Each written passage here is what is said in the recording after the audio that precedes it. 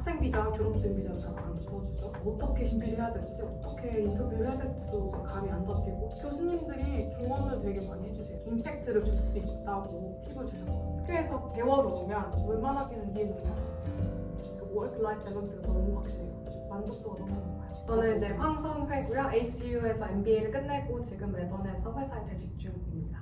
MBA 학업을 선택하게 된 이유가 있을까요? 한국에서 인터내셔널 세일즈 팀으로 1년 반 정도 근무를 했었어요. 이제 카페 매니저로 3년 이상을 근무를 했었을 때 어떻게 하면 더 판매를 잘할 수 있을까 관심이 갖기 시작하면서 마케팅에 자연스럽게 관심이 가기 시작했고 마스터 과정 마케팅이 없더라고요. 커버하는 과정이 MBA다 보니까 시작하게 된 거는 있어요. MBA 과정은 멜번에서도 이제 다양한 대학교에서 운영을 하고 있어요. 근데 그 중에서 ACU를 선택한 이유가 있을까요? 이제 가격이 제일 중요했어요. 학비가 너무 비싸서 조금 힘들었고 나머지 이제 다른 저렴한 대학교 같은 경우들은 교육 과정이 조금 저한테는 성이 안 차더라고요. 근데 ACU 같은 경우는 캠퍼스도 굉장히 괜찮고 위치도 괜찮은데 교수진도 너무 좋고 일단은 평판이 너무 좋더라고요. 주변에서 모르는 사람이 거의 없었어요. 가격도 너무 괜찮고 교육 과정도 다른 대학교에 비해서 너무 괜찮아서 선택을 하게 됐어요. ACU가 좋았던 점과 좀 아쉬웠던 점이 있을까요? 좋았던 점은 일단 교수진이 너무 좋았어요. 모나시에서 강의하시는 분이 ACU에서도 강의를 하시고요. 디킨에서 강의하시는 분이 ACU에서도 강의를 하시는 거예요. 근데 같은 질의 강의를 제가 들을 수 있는 거잖아요. 그게 너무 좋았어요. 내가 이 정도의 고퀄리티의 강의를 여기서 들을 수 있다. 필수 과목 같은 경우는 비즈니스 스튜던트만 듣기 때문에 학생 수가 적은 과목들이 되게 많았어요. 수업이 그냥 후루룩 지나가는 게 아니라 서로 이해하고 커넥션을 만들어가는 그러다 보니까 인터랙션이 너무 좋았어요. 그 인터내셔널 스튜던트 팀이 따로 있어서 이제 문제가 있으면 거기서 도와주고 경제적으로 힘들면 3번에 나눠서 얘기해준다. 비자 없이. 그게 너무 좋았던 것 같아요. 공부를 집중할 수 있게 해줬어요. 인터내셔널 스튜던트에 대한 예우가 되게 좋았어요. 온라인 러닝 시스템도 좋아서 원하는 저널이라든지 이런 걸 다 그냥 들어가서 볼 수 있는 것도 좋고 도서관도 시설이 좋아서 조용하게 공부할 수 있는 것도 좋고 안 좋았던 점 같은 경우는 인터내셔널 스튜던트가 많다 보니까 이제 공부를 하고 싶어하는 애들 반, 안 하고 싶어하는 애들 반이에요.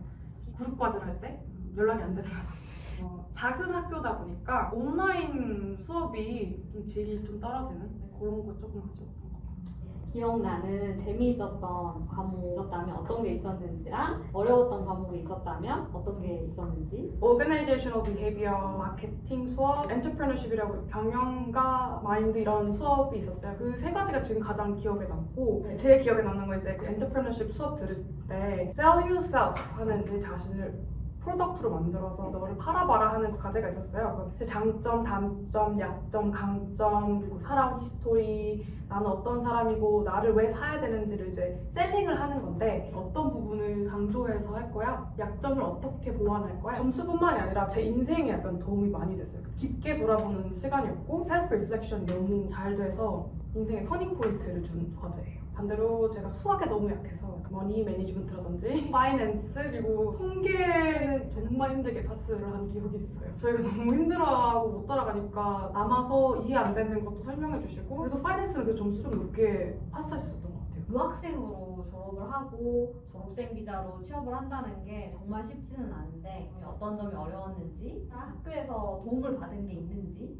일단 연락이 안 와요. 한 50군데 넣었던 것 같아요. 학생 비자, 졸업생 비자는 잘 안 써주죠. 어떻게 준비를 해야 될지, 어떻게 인터뷰를 해야 될지도 이제 감이 안 잡히고 자신감이 없잖아요. 아무리 영어를 이제 오래 하고 잘 했다고 하더라도 막상 이제 호주 회사에 취직하려면 너무 힘들잖아요. 학교에서 도움을 받았던 거는 이제 사회 초년생을 위해서 효과적인 자소서를 쓸 수 있는지, 어떻게 하면 효과적으로 인터뷰를 준비할 수 있는지라는 프로그램이 굉장히 많은데 포럼 같은 것도 이제 크게 열어서 이제 설명 같은 것도 많이 해주고 그런 이벤트를 굉장히 많이 해요. 그래서 그것도 하나의 장점이긴 하거든요.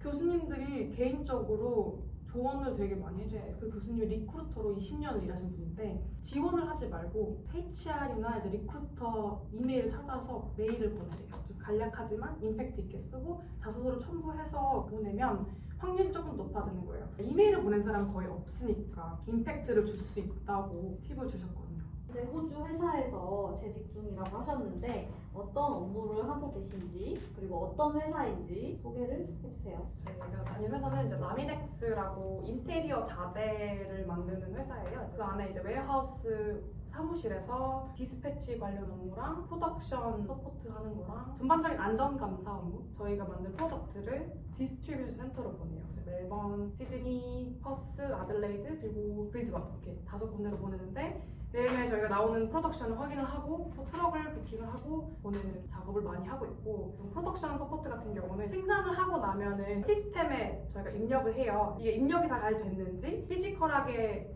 보내는 거랑 시스템 상에서 보내는 거 두 가지를 이제 같이 하고 있어요. 이 과목은 실제로 일을 할 때 도움이 된다 그런 게 있을까요? 완전히 실용적으로 쓸 수 있는 건 엑셀이고 고급까지 마스터 해놓으면 일 시작할 때 너무너무 편할 것 같아요. 워드나 파워포인트 같은 경우는 기본적으로 너무 많이 쓰기 때문에 조금만 이제 고급으로 이제 넘어가 놓으면은 일할 때 상사들한테 이쁨 받을 수 있어요. 비즈니스 용어 같은 경우도 처음에 딱 이제 미팅에 가면은 모르는 용어가 되게 많아요. 슬랭 같은 경우, 언어를 이제 얘기하는 경우 비즈니스 일 안 한 사람은 잘 모르잖아요. 근데 비즈니스 과목에서 그런 걸 이제 교수님한테 알려줘요. 학교에서 배워놓으면 회사 갔을 때 웬만하게는 이해는 할 수 있게 돼요. 한국 회사랑 호주 회사랑 좀 문화가 어떤 점이 좀 다를까요? 한국에 있을 땐 일 내일이 없었어요. 업무의 경계가 흐렸거든요. 근데 호주 같은 경우는 업무의 경계가 너무 뚜렷해요. 제 업무만 하면 돼서 솔직히 너무 좋아요. 여기는 내일 끝났다, 퇴근 시간 땡, 끝, 집에 가면 돼요. 그 워크-라이프 밸런스가 너무 확실해요. 만족도가 너무 높아요. 브레이크 타임도 있어요. 무조건 해야 되는. 쉼과 이게 어우러져서 내 일에서 집중을 할 수 있는 것 같아요. 그냥 문화 자체가 스트레스가 없는 것 같아요. 푸쉬가 좀 적어요. 가인사를 그렇게 캐묻지 않아요. 관심이 있어야 될 건 있고 없어야 될 건 없어서 좋은. 지금 같이 일하는 직원들이 평균 나이대가 50대예요. Hey you 이렇게 하고 막 다 친구 같고 그래요. 엄마 아빠 뻘인데 매니저 같은 경우에도 이제 내가 매니저니까 해 이런 것도 없어서 한국에 비하면 거의 그냥 플랫 스트럭처럼 좀 돼요. 일하는 시간은 어떻게 되시나요? 굉장히 플렉시블해서 그러니까 8시간만 채우면 돼요. 저희 회사는 그래요. 7시에 출근해서 3시에 퇴근하고 자기가 일하고 일 끝내고 가면 되는 거예요. 네, 양심에 맡기는 분위기예요.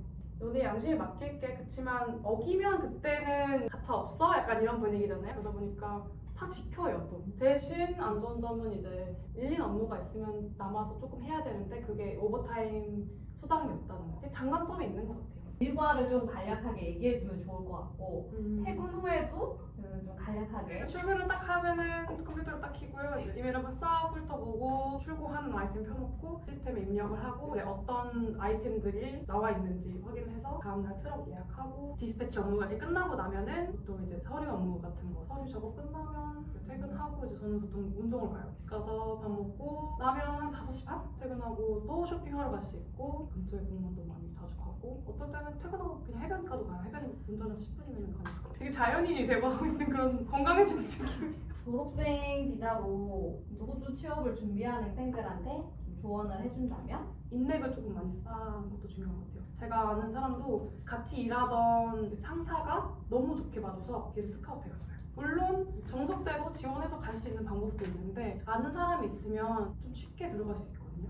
사람을 두루두루 만나는 게 진짜 좀 중요한 것 같아요. 유학생들 와가지고 한국 사람들 어리는 거 좋은데 다른 사람들도 이렇게 열어서 알아놓는 게 정말 좀 중요한 것 같아요. 영어는 너무 많이 들었겠지만 정말 중요한 게 많이 얘기를 해야 돼요. 스몰톡 같은 거 어떻게 할 수 있는지 그런 걸 많이 연습하면 좋고, 왜냐면 학력을 가지고 있다고 해서 내가 취업할 수 있는 게 아니더라고요. 아무리 내가 실력이 좋아도 그걸 어필을 해야 되잖아요. 영어 공부를 학문적으로만이 아니라 컨버세이션 식으로 많이 연습을 하는 게 진짜 중요한 것 같아요. 내가 원하는 잡이 아니어도 일단 뭐라도 하고 있으면 언젠가는 이제 기회는 오거든요. 하면서 찾아도 되니까. 왜냐면 일을 하면서 어떤 사람들을 내가 만날지 모르고 그 사람들이 나한테 어떤 걸 가져올지 모르기 때문에 졸업한 친구들도 보면은 그냥 리셉션리스트로 일하다가 지금은 어드민 매니저 하고 있고요. 콜센터에서 시작을 했는데 지금 컨설팅 하고 있어요. 어떤 일을 하더라도 최선을 다해서 하면 기회는 온다.